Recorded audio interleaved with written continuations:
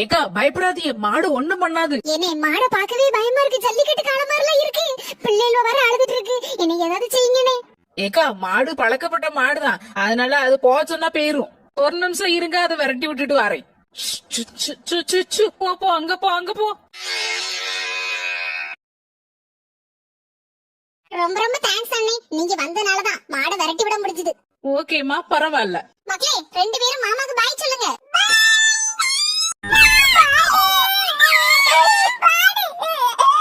மக்களே அழாதீங்க, அங்கே நின்னுக்கங்கம்மா, இங்க வந்துடாதீங்க.